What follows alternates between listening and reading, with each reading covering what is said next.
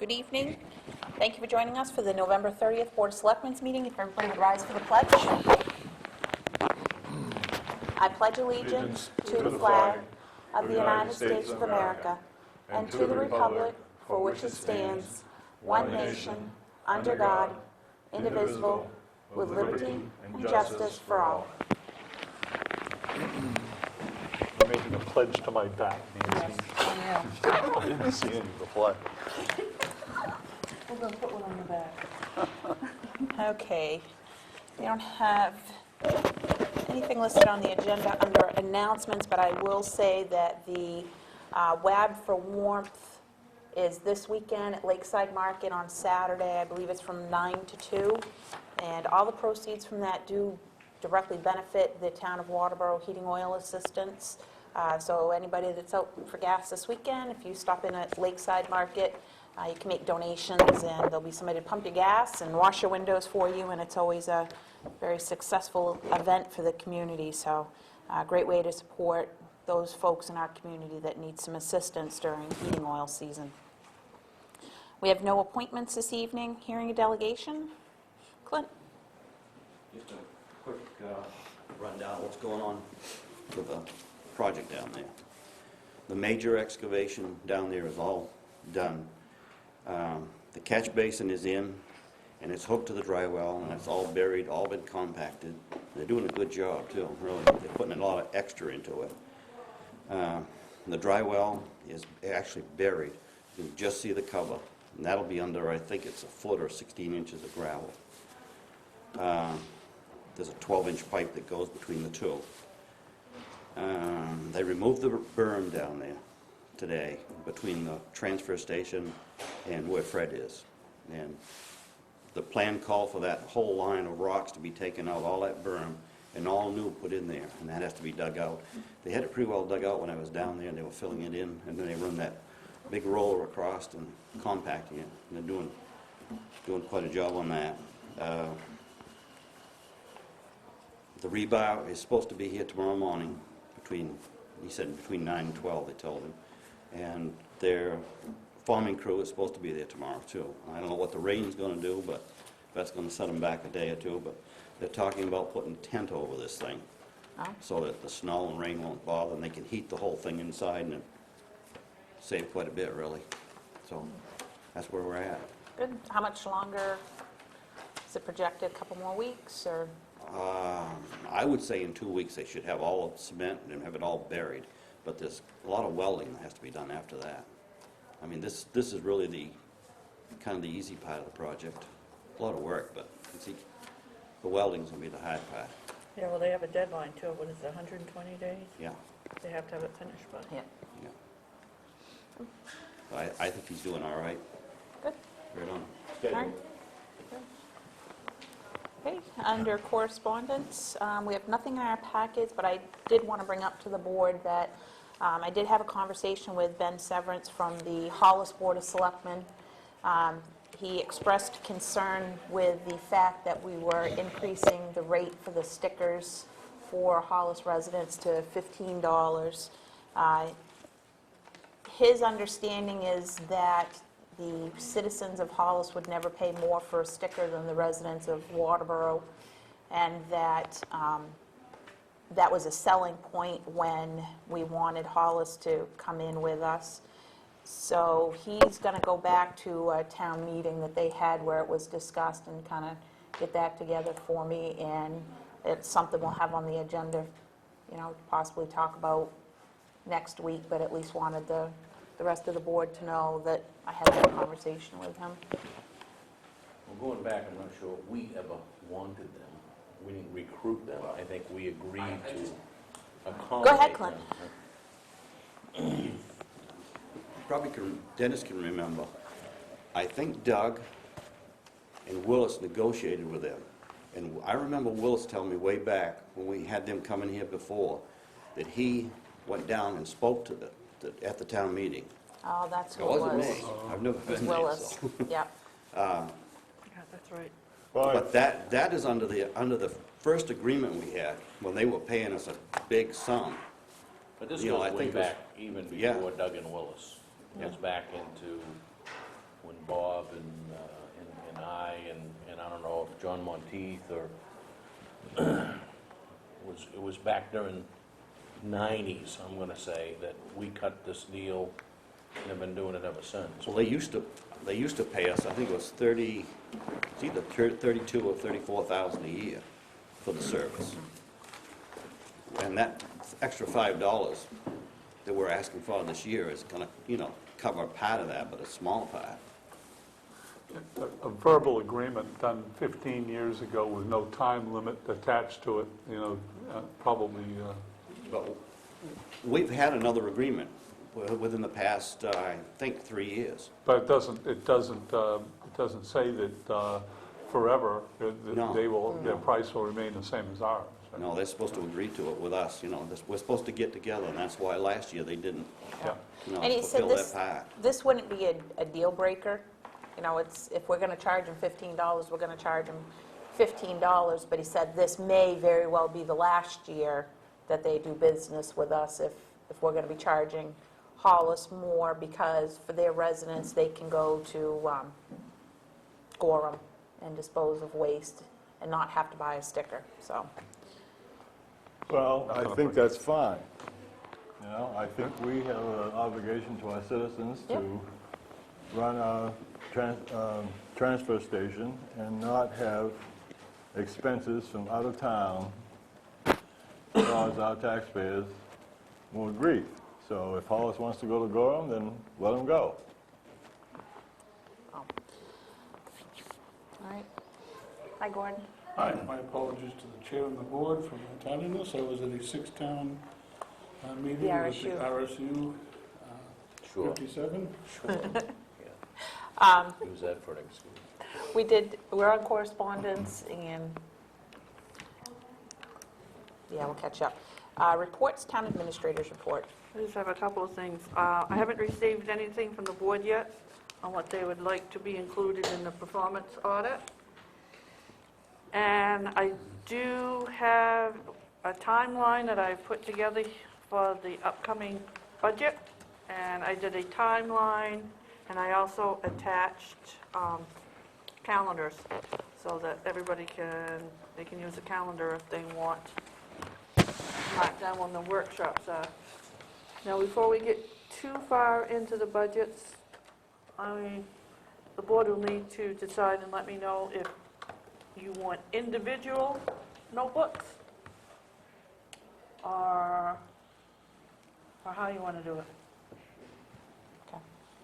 Oh, we got that. I would, Is that or David, we can probably put a work, we do have that private selectmen thing, so we could put it on there so that they could go in and make notes.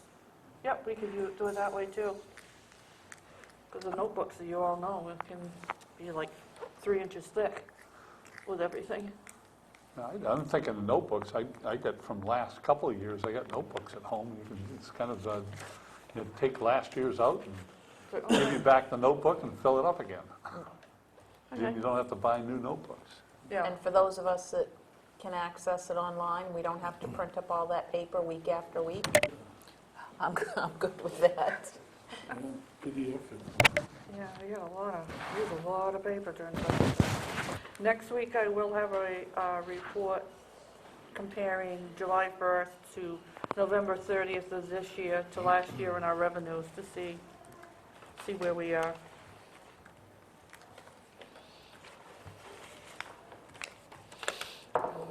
That's it. Selectmen's report? I was at Friends of the Waterboro Public Library meeting last night. There's some questions that need to be answered. First of all, $500,000 that earmarked.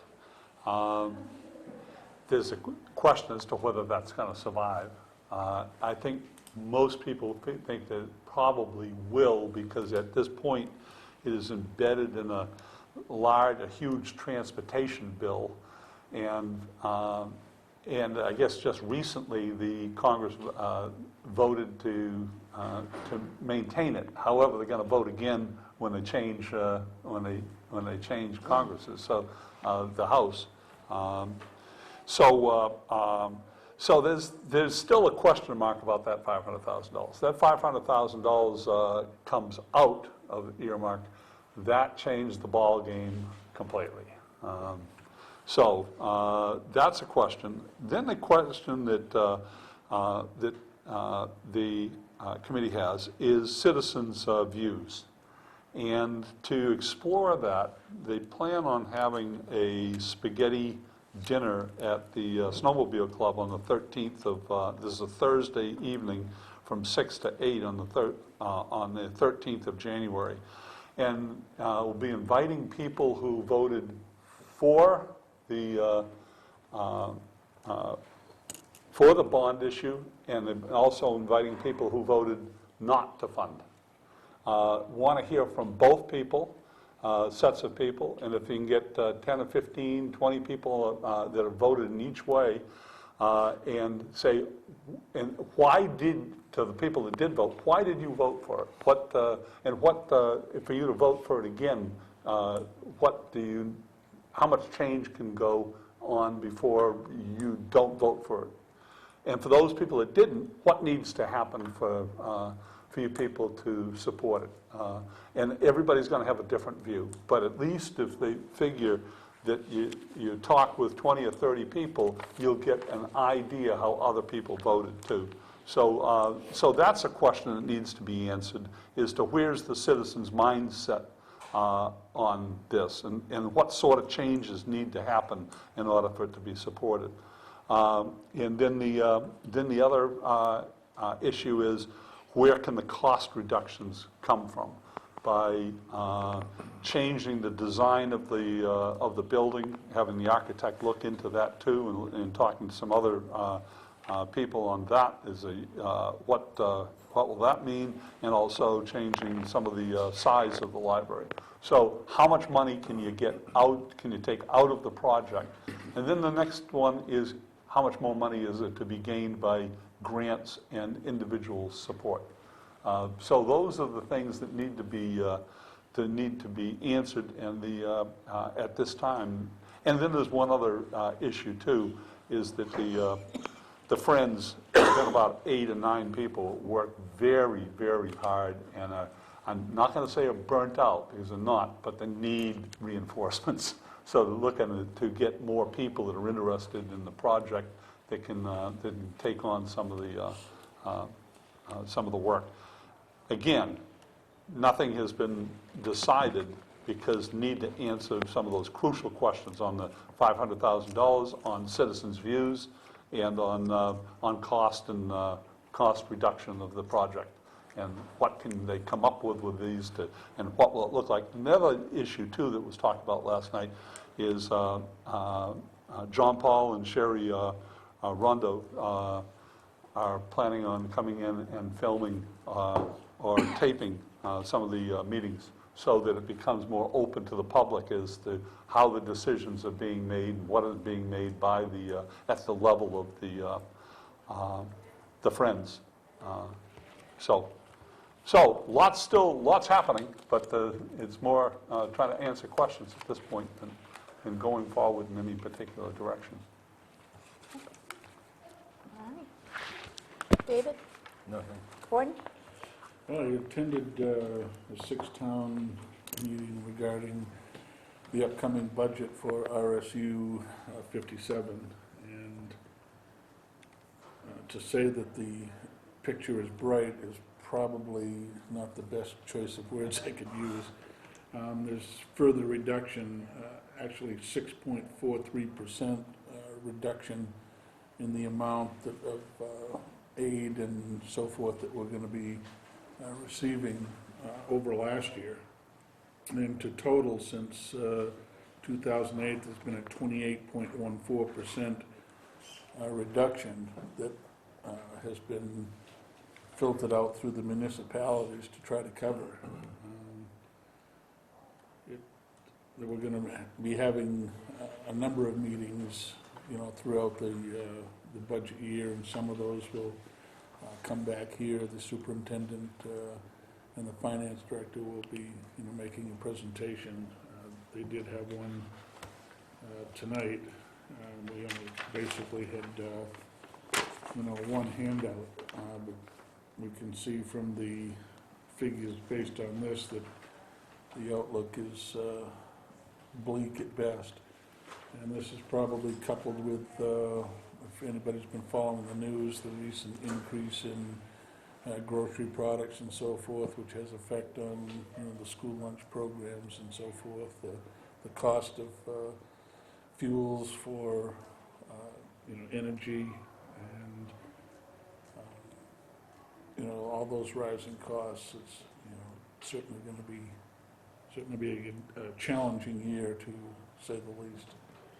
Did they give any indication as to what they're going to be looking at doing? Are they going to be looking at cuts within the school system, or are they going to be looking for another significant increase in what the towns are paying?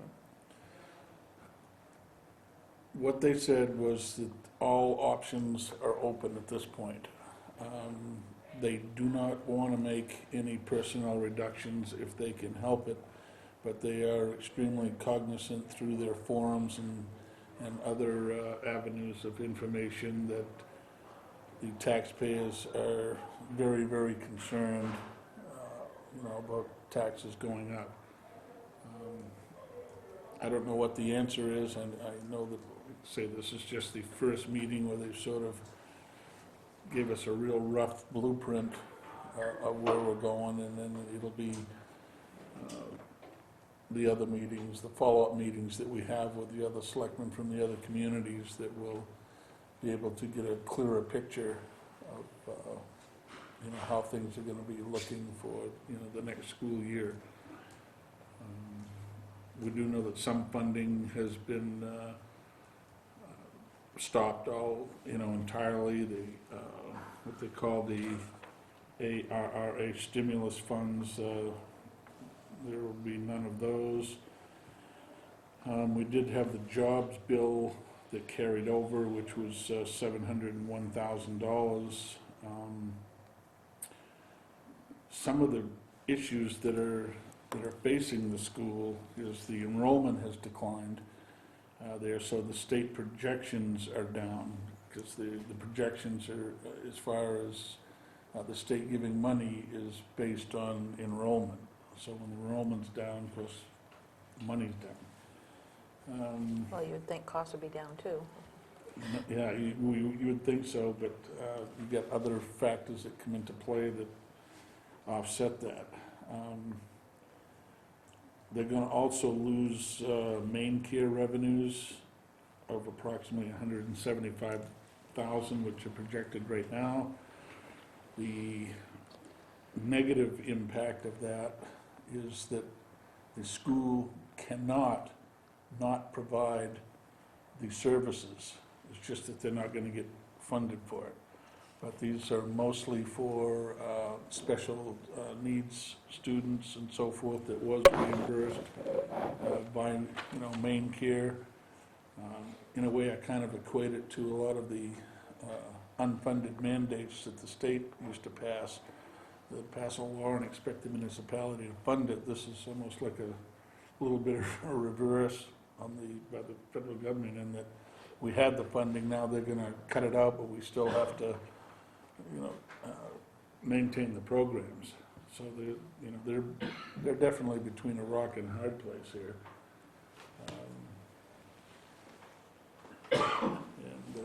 And the teachers' contract negotiations has to be completed by the end of their fiscal year, which is going to be June of 2011.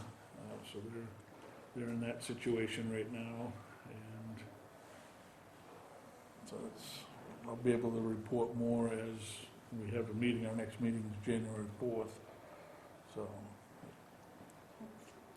Did you want to report on that other call you made? Yes, I do. There's a couple of things. I had occasion to get down to the transfer station this past weekend to view the... Clint reported on that. You already reported Yep. on that? Okay. The other thing is for those that sort of like to fly by town hall and drop little bombs, much like a seagull on an unsuspecting sunbather. The town unequivocally does not need a license, a daycare license, to operate the programs through the Parks and Rec Department. This comes directly from the licensing section of the Maine Department of Health and Human Services.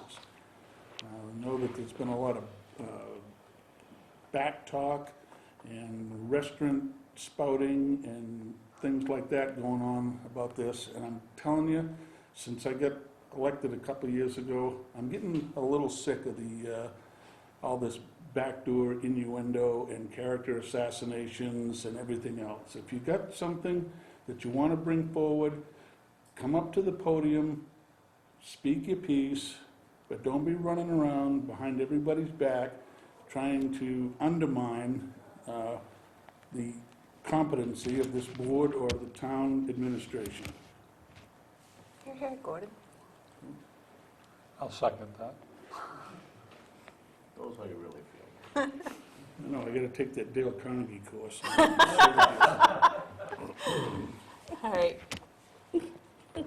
Moving on to new business, discuss vote to approve the Lions Club bingo license. We have in our packet the annual bingo licenses for the Lions Club. We didn't have any reported issues or problems. This is just, again, the annual renewal, so, okay, do I have a motion? Second. All those in favor? All right. Committee appointments, we have 2 committee applications in our packet. The first one would be for Diane Holden, the second one for Richard Panett, and both are for the hiring panel. I will move that we appoint both of those people onto the hiring panel. Second. Okay, all those in favor? Oh, discussion, Gordon? Could somebody fill me in on who Mr. Panett is? I know Diane Holden, but I don't know the other gentleman. He lives in Lake Arrowhead. He served on the hiring panel. A lot of people know him by Rit instead of Richard. He's been affiliated with, or was affiliated with the library for quite a number of years, has been on other town committees. I personally know him. I don't know, Yep. Thank you. so, all set? Okay, so all those in favor? All right. Holiday schedule for town departments. I asked Nancy if she could get us something together on what our committees were, our town hall and transfer station would be open for the holidays, so they could plan that sooner rather than later. For all of those that haven't done your Christmas shopping like me, you only have 3 weeks.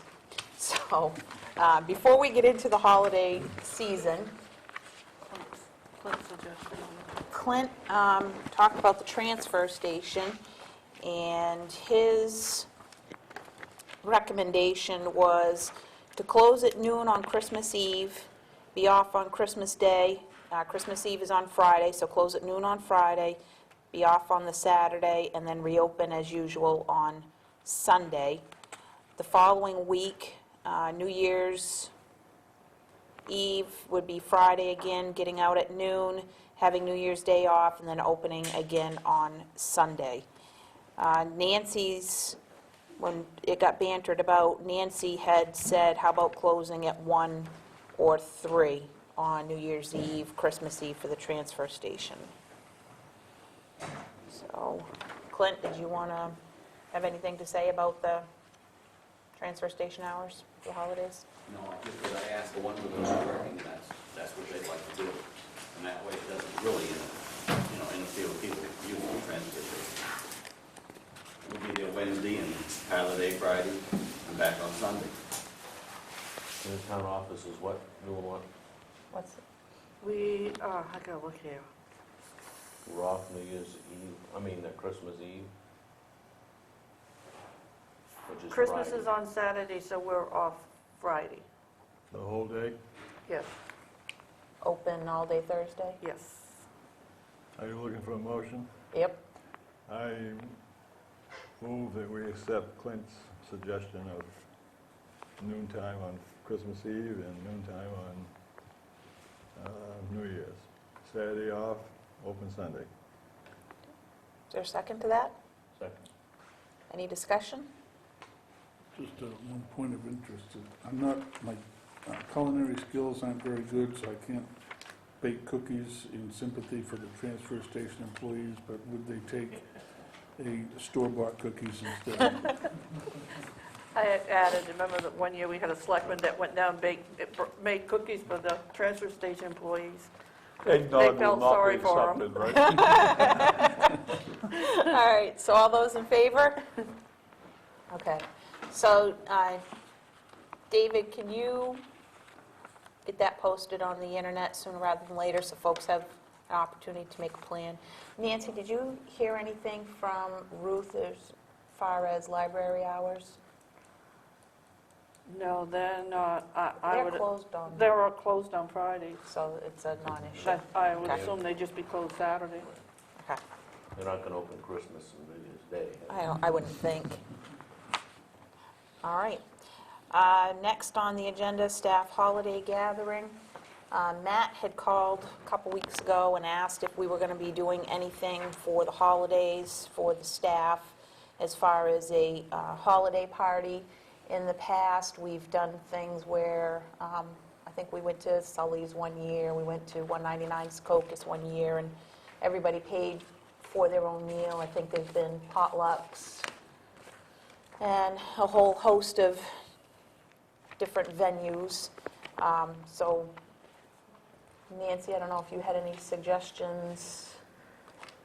I talked to Matt this afternoon, and he had a couple of suggestions. Having a breakfast at the fire station on a Tuesday before we open, or have a luncheon at the fire station during the day. And that would be do we have an account for some food, or would the fire department be providing it, or? I think probably we Potluck. could, yeah, we could do both. I mean, help out with them. Either one. What's the pleasure of the board? Last year, I think we did nothing because of the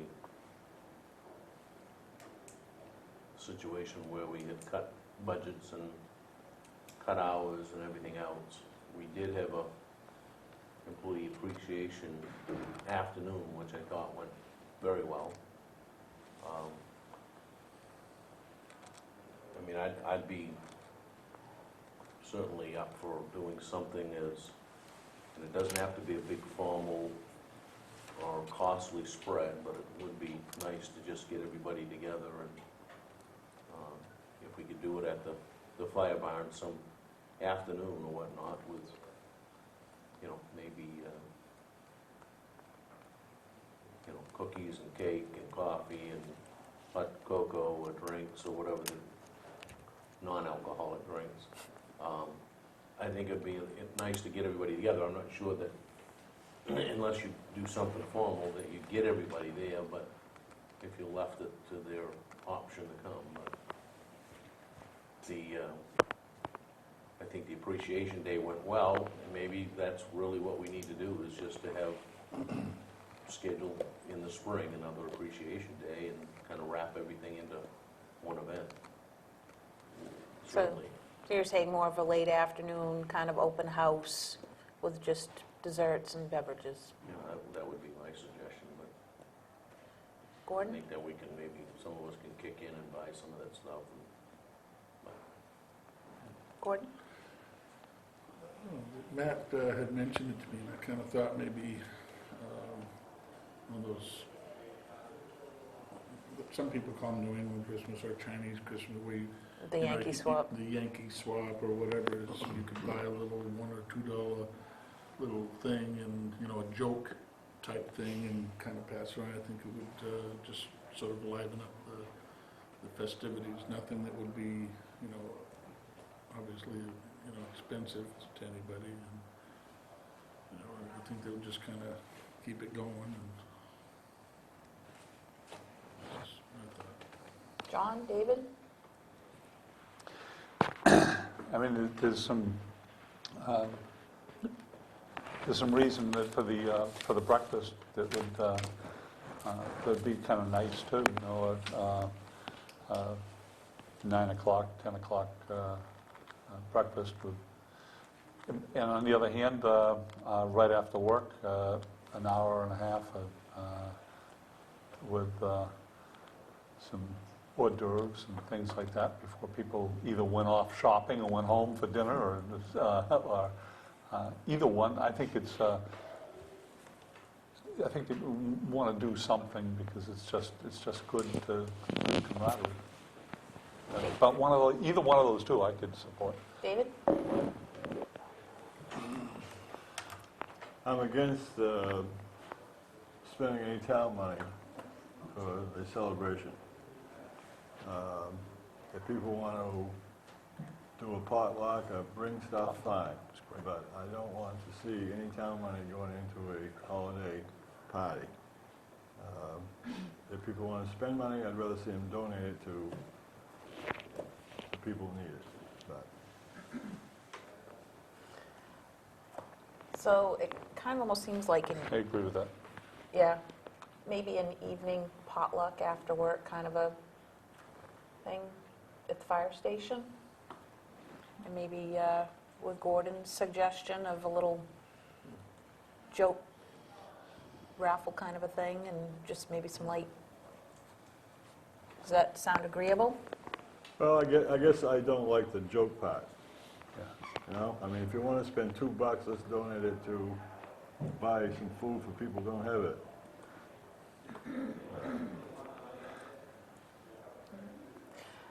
Nancy, you want to check with Matt and see maybe some I think I agree potential with you, yeah. dates, and we'll look at just some dates and throw some dates out next week. And look at maybe just doing a potluck after work dinner. Agreeable? Yeah. All right, old business, we have none. Other, entertain a motion to sign warrants for bills and payroll. So moved. Second. Okay, all those in favor? The minutes from 11:23. Entertain a motion to approve. So moved. Second? Okay, all those in favor? And I'll abstain because I was not here. Pending decisions, we have the medical marijuana ordinance, public service announcements, the week's action list. We have Nancy that'll get some information from the fire station. Discussion of agenda items for next week, December 7th. I want to follow up with Jerry and see if he can get an update on where we are with the personal property taxes. It's been about a month or so. Discuss the budget schedule a little bit. We have the Efficiency Maine contract. We have some feedback from the town attorney on that. Get Nancy to do the dam gates update, and if we need to have any further discussion about the Hollis fee, have that. Anything else for the agenda next week? Yeah, and Tom's going to be coming in to present the CIPs. Okay. Anything else? Not necessarily for the agenda next week, but I'd like to make a motion to add an executive session pursuant to Title I MRSA, Section 4056A, personnel matter for after our workshop this evening. Okay. I'll second that. Okay, all those in favor? All right. Quickly read the reminders. We are having a workshop at 6:30, sorry we're running a few minutes late, with the EDC Planning Board and the 2020 Comprehensive Plan Committee. Wednesday, December 1st, noon to 2 p.m., Senator Collins' representatives will be at Town Hall Annex. At 5 p.m., the 2020 Comprehensive Plan Committee will be meeting at the Central Fire Station. At 7 p.m., the Charter Commission will be meeting at the Town Hall. And at 7 PM, the planning board will be meeting at the Town Hall Annex. On Thursday, December 2nd, 4 PM, the Economic Development Committee here at the Town Hall Annex. Monday, December 6th, 6 PM is the Water District Trustees. Tuesday, December 7th at 6 PM is the Selectmen's meeting at the Town Hall Annex. And reporting next week will be the Finance Committee and the Treasurer. Wednesday, December 8th at 6 PM is the Road Review Committee at Town Hall. And with that, we will go into our workshop. Just a little history on the workshop for this evening.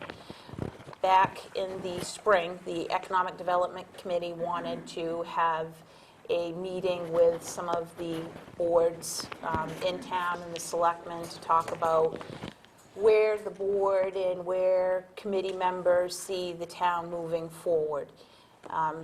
Not long after the committee discussed that, the town then set up a meeting for the 2020 Comprehensive Plan Committee and getting them together. So it seemed like the timing wasn't right to have two meetings back-to-back, getting committee members together. And then summer came, and it's kind of hard to get folks together in the summer months, so it got pushed back to the fall. One of the things that the Economic Development Committee was looking at talking about was what's the town's vision for the future as far as economic development within the community? Where do we see the community a year from now, 5 years from now? What's the feel of the board?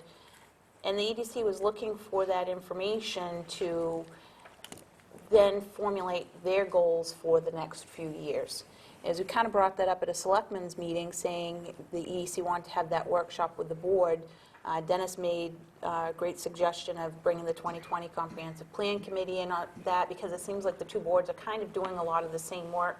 So instead of having two boards off doing different things, trying to accomplish the same task, bringing everybody together, and then it also made sense to bring the planning board into that discussion as well.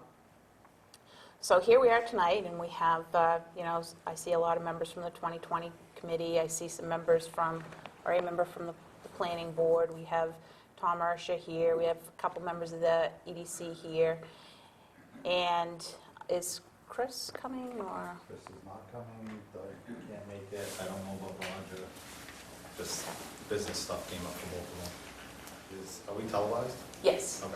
Yeah. I didn't know if we still wanted, I thought we were gonna do a little different format. Well, and that was, what I was hoping to do was to make this a little bit more of a cohesive conversation. Is like, Judy Carl's sitting out back there somewhere, and I can't really see her.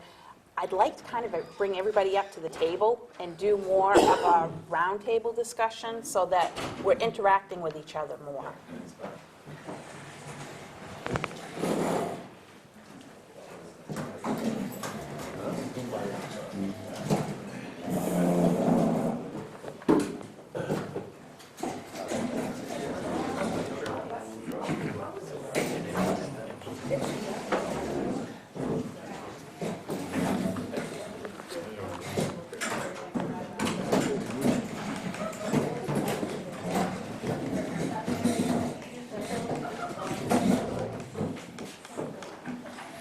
When the music stops, I we'll think be so. taking the chair away.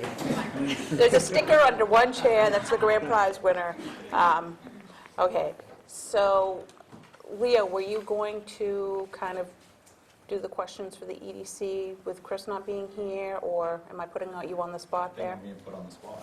I actually forgot to run that off, those questions that we had from back a month and a half ago. Okay. Amy, can we just kind of, I know we kind of now have got a bigger audience than what we probably originally intended when we first focused at this, but I think as time has gone on, especially with the meetings that we've had with the 2020 Commission and whatnot, it's almost at a point where I think this municipality, not unlike all other municipalities, has traditionally had committees and departments and whatnot, but everybody is off by themselves doing their own thing. And, the planning board is off doing one thing, and and now we've got an EDC off doing their thing, and we've got a comprehensive plan committee off doing some things, we've got road review committees. All of these groups, which transfer station committee included, all of these groups are all very functional and should be focused on their goals and objectives and whatnot. But I think as we've seen happen throughout a lot of municipalities and certainly in industry and everything else, you no longer can survive if everybody's living in a stovepipe, because no one talks to anybody else. And that's not necessarily by design, okay, but because the nature of the beast is that we're the planning board and we deal with the planning board functions, or with a road review, or with the economic development committee, or the comprehensive plan committee. The comprehensive plan committee now is kind of the overall committee that's trying to pull all these bits and pieces together that should have economic development committee input, should have road review committee input, should have all of those kind of things, as well as citizen input. And I think part of that product goes back to engaging the planning board and engaging, you know, the different departments in the municipality to say, how do we bring this all together? And the fear, and I guess really why I kind of drove to let's pull everybody together, my biggest fear after sitting with the comprehensive planning group, the 2020 committee, is that they're going to be off doing their thing like we've done twice in the last 20 years. And when we get done, we're going to have this nice book that goes on the shelf and nobody ever looks at it again. And I'm not trying to say that it's just all about the 2020 committee. The EDC is the same way. The EDC will put together all their plans and whatnot. If there's no other buy-in in the municipality, then it's a single unilateral document that the EDC kind of goes off and marches to. Same with roads, same with planning board, same with anybody, any other organization in town. Somehow, we've got to, and I think it's incumbent on this board to provide the leadership with how do we get everybody talking to one another, so that when the EDC believes strongly that maybe there should be some changes in zoning ordinances, that the planning board understands where that's coming from and is in kind of lockstep. They don't all have to agree, but I think is at least in lockstep with, hey, this is what they're trying to do to enhance certain things. And the worst thing we can do is just kind of keep throwing the stuff over the wall to the next committee and saying, well, you know, we did this comprehensive plan and, you know, the planning board should go implement what we came up with. So somehow, and whether this is the genesis of it or whatever, all right, we need to all start to look at what are the different committees doing, and I'm not suggesting that everybody gets in everybody else's stuff, right? But somehow there's got to be a relationship developed so that everybody is marching maybe in this, you know, in the same direction. We might not all be marching at the same speed. And there are some very functional things that have to happen within certain committees, but somehow we've got to spread this thing so that we don't have 5 committees thinking that it's my job to go make sure that the town's ready for economic development, or it's my job to make sure that the infrastructure changes or whatnot. Because I think as we kind of pull this all together, all of us can work better than some of us towards some common objectives and goals. And I think when you actually take the comprehensive planning committee, who's tasked with gathering all of the information basically out of not only committees and departments, but, you know, citizens within the municipality and everything else, that information has to be shared with every other committee, because it's not something that they can go do something with if it's all about changing zoning. Planning board has to be involved in that. So somehow, some way, and, you know, I'm starting to ramble here, but the fact of the matter is that we need to keep this thing churning, and I think we need to think vertically rather than horizontally, right? We can't think just in our own little worlds. We need to think about how does this affect, or what can we ask this other committee to do to provide us for information? And I think that's really where the handoffs and the handshakes have to come from. And maybe I'm all wet. To add to what Dennis is talking about, I think he's right on, and when Chris had talked to you guys about road counters, that was from talking with Road Review Committee, because they look at it as, okay, Road Review is looking at how the infrastructure of the roads are, and that's their main concern. But those counters, in turn, are very helpful to economic development, and in turn to the 2020 plan.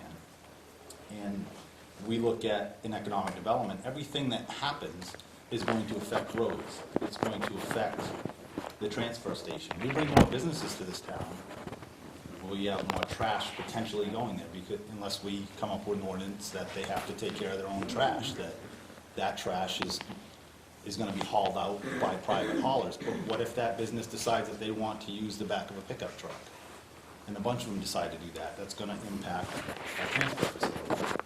So when we look at all these, we do have to interact in every way, shape, and form, and I think the committees as a whole have to understand that no one's trying to step on someone else's toes, but when it comes to economic development, it really affects everything about this community. The 2020 plan is going to be the vision of where we want to go, but economic development is going to start. It started today, it's going to be tomorrow, it's going to be a year from now, 10 years from now, 20 years from now, 100 years from now. It is never going to stop. You're going to have to continue to have some sort of economic development, or else we'll fold up.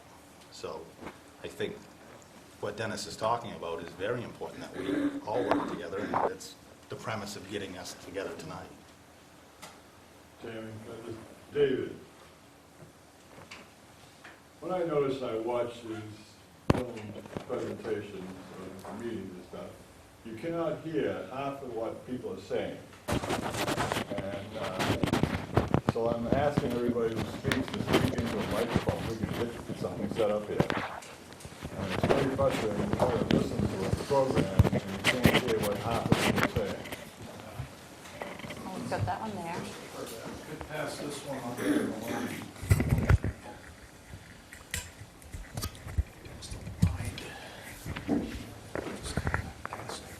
Mind holding that one, pass it on around, and this one should pick up you guys just fine between this and this.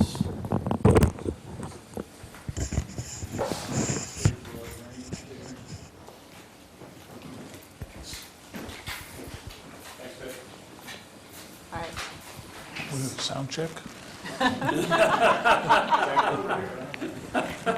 All right. So building on that, I think one of the questions that the Economic Development Committee had was, what is the vision for the future of our town?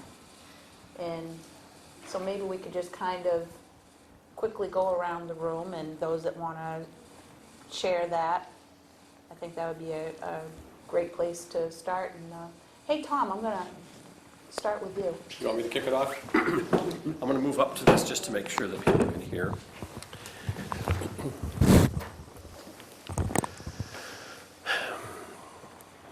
That's what's commonly referred to as a broad brushed barroom type question. It's huge. It's a huge question. And I always look at things from two perspectives. When Dennis was talking, I was hearing a lot of internal things that we have to do, within town hall, within committees, within boards. Externally, I think, is an even bigger issue.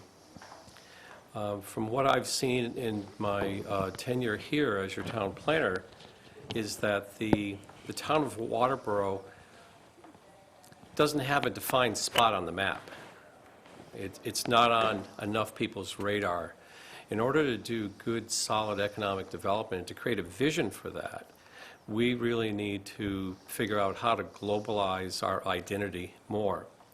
And one of the things that I discovered is that there's ways of accomplishing that in a simple way and in a difficult way. what I'm going to pass around is something that I still find shocking, and I know why it was created this way.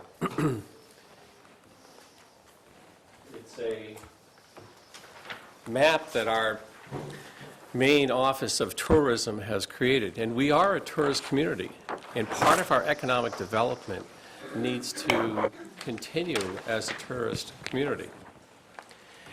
It brings in a lot of money on all 4 seasons, and it has an even greater potential. One of the disadvantages that I've discovered through our state Office of Tourism is we're classified in the geographic zone. And unfortunately, I guess most media people haven't taken geography courses. We're not part of the Maine beach system. And if you look at this map, this is the map that gets circulated globally.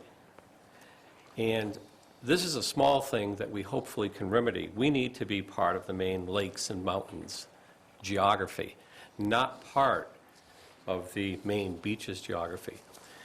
And our chair was, pardon me? I said we're on the wrong side of Route 1. Well, we're actually, it's a matter of perspective. And I say we're on the right side. We're on the west side of Route 1 because we have so much more to offer that isn't built out. When you run that Route 1 corridor, you see a lot of ugly development that's built out and didn't have a vision. We have the opportunity to do it right. And I believe that putting all these committees together, and I know just from the 2020 committee, that we have a remarkable vision. And I'd like to read that. The chair has asked me to read it once at a meeting. But I think it really sums up what we'll all be needing to do more of. The 2020 vision statement is to provide a series of action plans. I think that's the first thing we're missing, is we don't have a lot of action plans.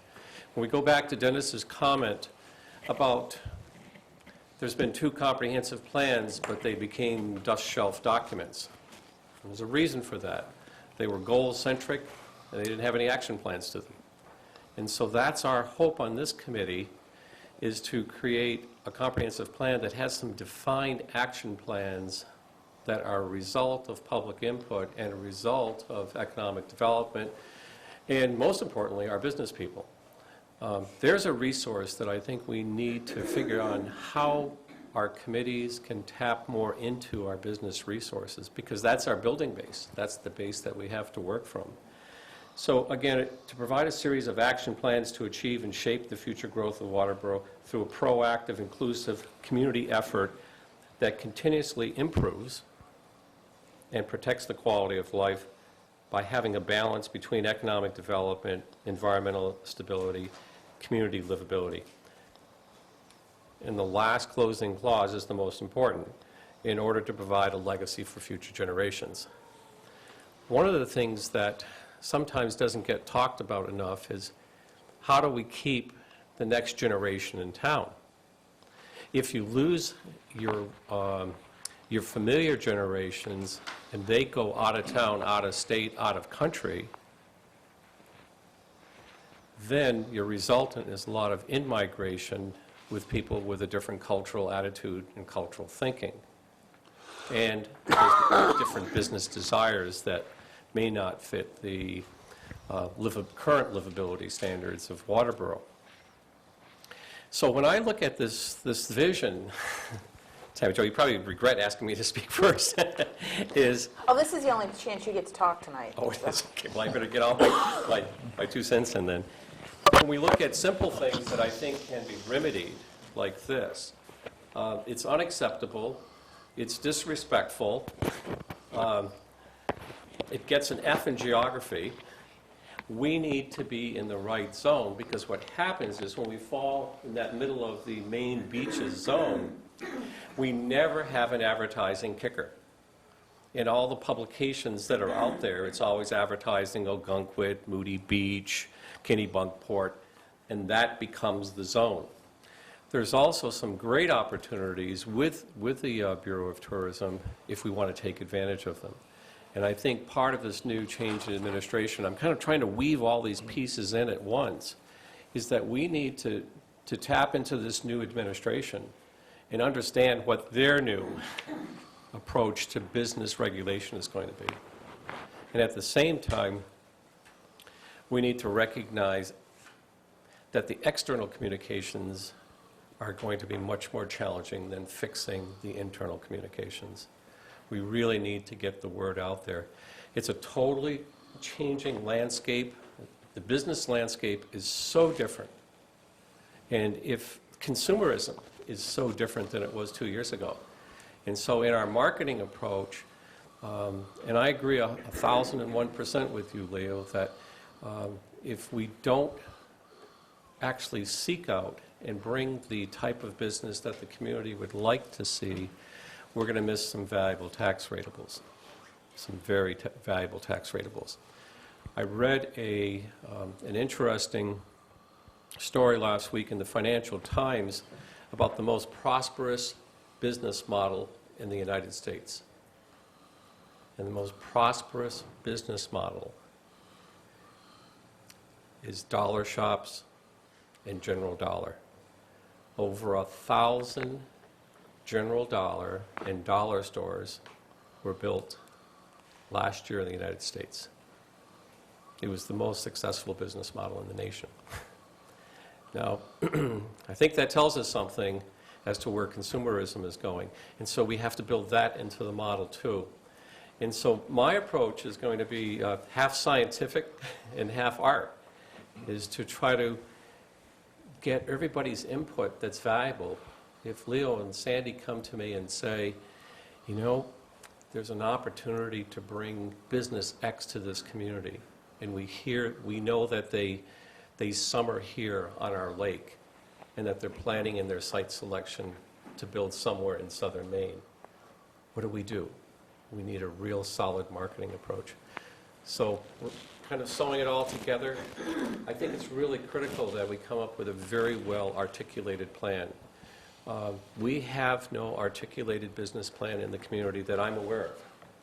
And if we do, I'd like someone to bring it to my attention so I can use it in the economic recruitment work that I try to do to bring business into the community. So I guess I'd sum it up to have a vision, we need an articulated plan that defines exactly, or at least partially, what you want Waterboro to be. What do you want it to be? That should be your vision. John? I mean, in a vague sense, in a non-specific, non-action plan sense, the last two went exactly where you've been talking about.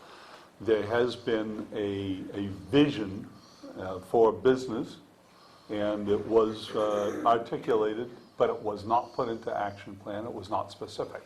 So yes, business is desirable, but it needs to be clean. It needs to be placed in the certain corridors, and so that was all the general stuff that was talked about. What you're talking about that comes home to me is once you articulate what it is, the business climate to be in Waterboro, and is one of the things that has been said, and it'll probably be said again, is that people want a country climate, you know, the rural climate. But also they want to keep taxes down.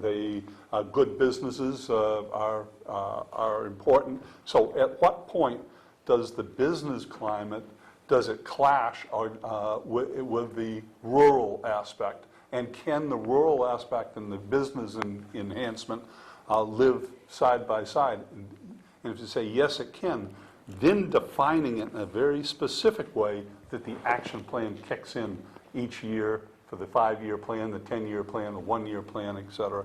And that's where we missed the boat. We went there the last 2 times, but we didn't go there specifically. Okay. Jack? And if you don't, I'll just kind of go around the room, and if you want to pass, then that's fine, but otherwise.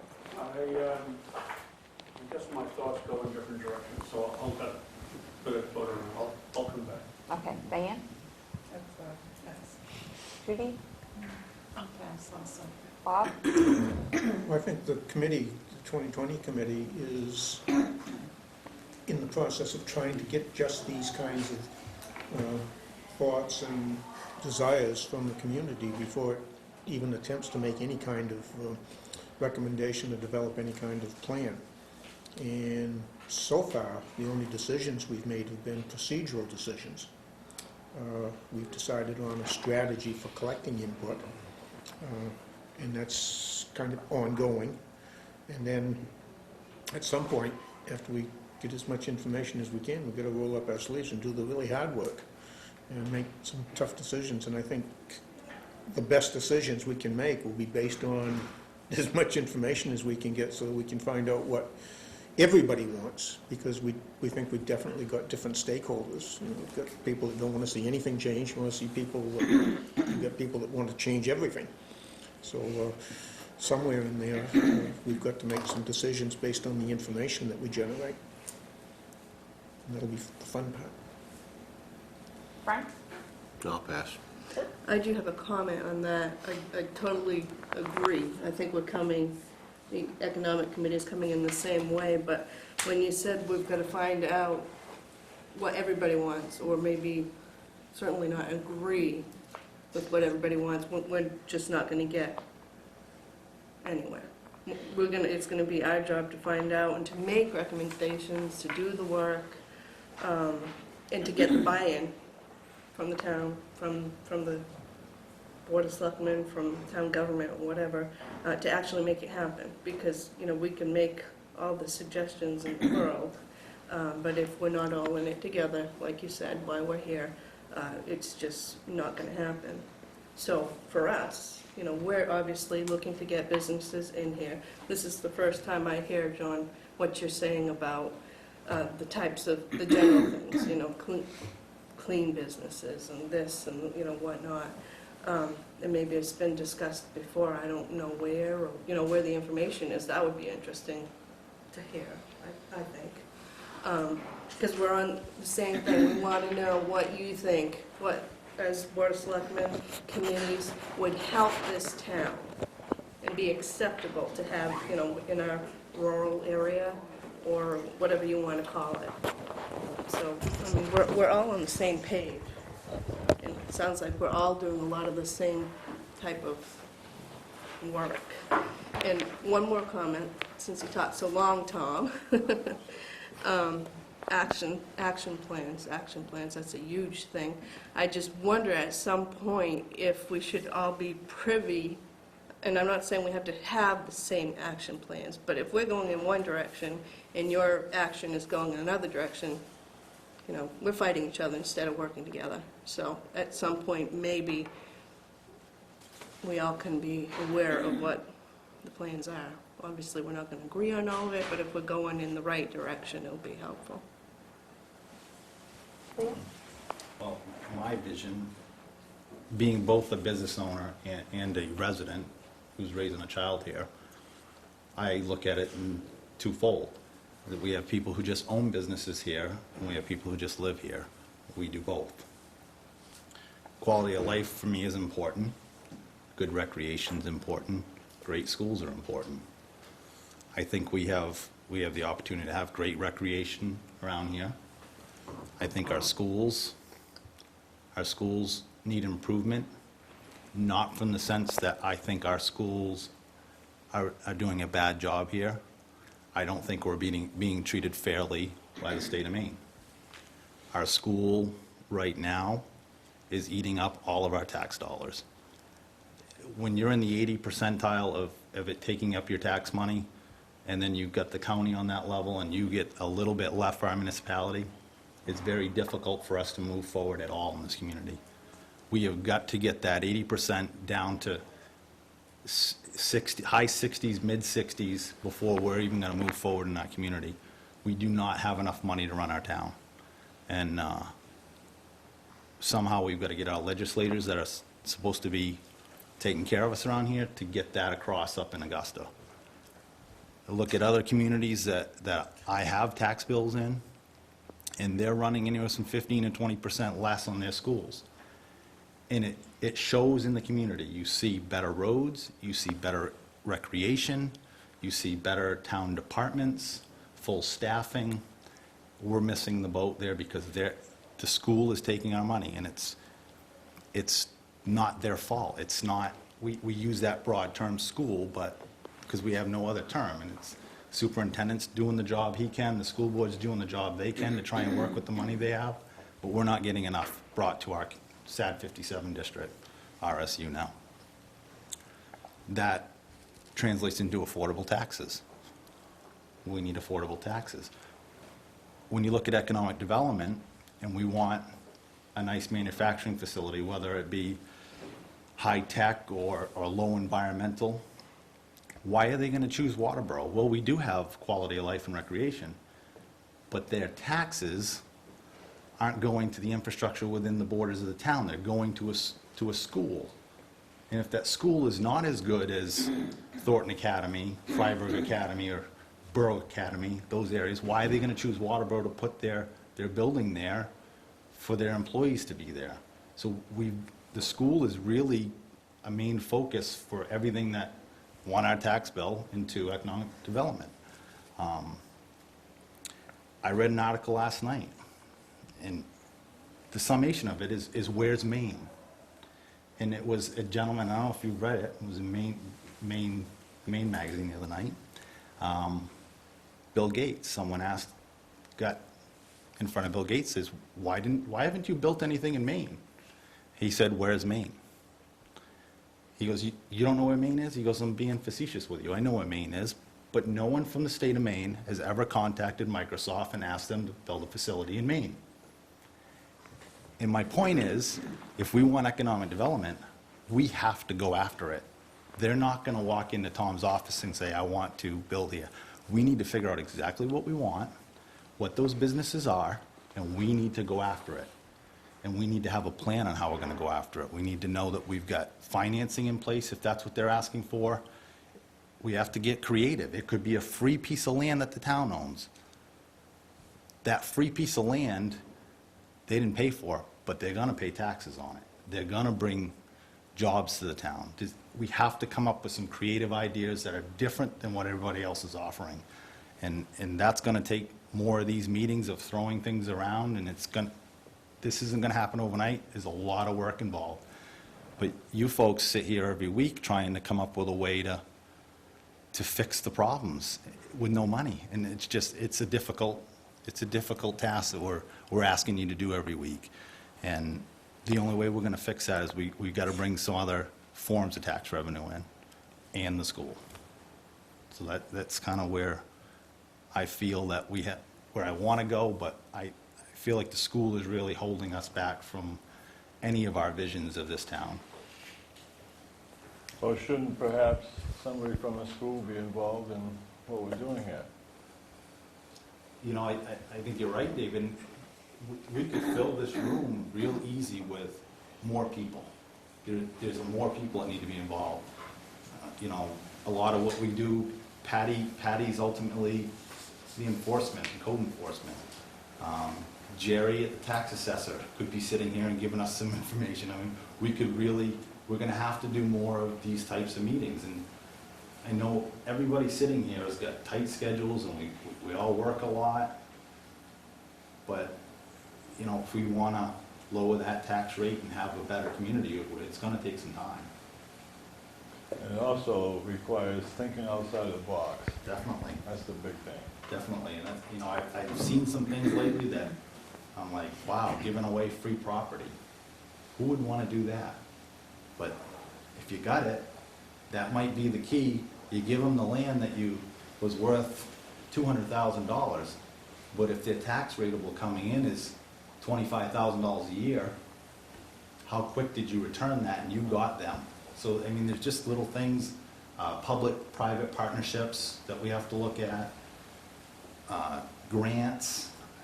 We got to look at the whole gamut to try and get people here. Thanks, Sandy? I think, you know, as far as the vision for the future of the town, I think probably one of the most dynamic things is getting the group of us together and as many people involved, because not only do we have to think, when we say a vision, part of that vision are three things. It's actually what the needs of the town are, it's what the wants of the townspeople or the people within the town are, and it's also the what-ifs. And it comes into some of those financial things too. What if, like our building ordinance, what if we have, is it 70 houses per year right now? 74? So what if 74 houses right now all got built and they all got built in South Waterboro? Does our water system handle that? Like, what if they all got built there? What if they all got built in North Waterboro? Are we ready for that? So I think we have to not only focus of a vision, but what our needs are right now, what our needs might be in 5 years, what our needs might be in 10 years, and then the what-ifs. What if the state says, you have no more funding for this, or you have no more funding for that? What are our future plans around that? And you know, kind of getting each, you know, the comprehensive plan committee, when we're talking about economic development and bringing some type of business into the community, let's say tomorrow, a big manufacturing company comes in here and they say, I want to go into this section of town. Are we ready? Are we ready? Is that section of town zoned correctly? Is that, how soon could we get our roads updated to handle whatever type of business comes into the community? So I think our overall vision and goals, and the communication is going to be very important, that we have to think of all things, and we're not just thinking about tomorrow or a year from now, we're thinking 10 years from now, because growth happens whether we all like it or not. I mean, we've seen many places in 10 years that I can say where I knew there was a bunch of fields, and there's a lot of things there, and some of it is good and some of it is not good. So communication, I think, is going to be the most important. Well, I think one of the things we've really got to sit down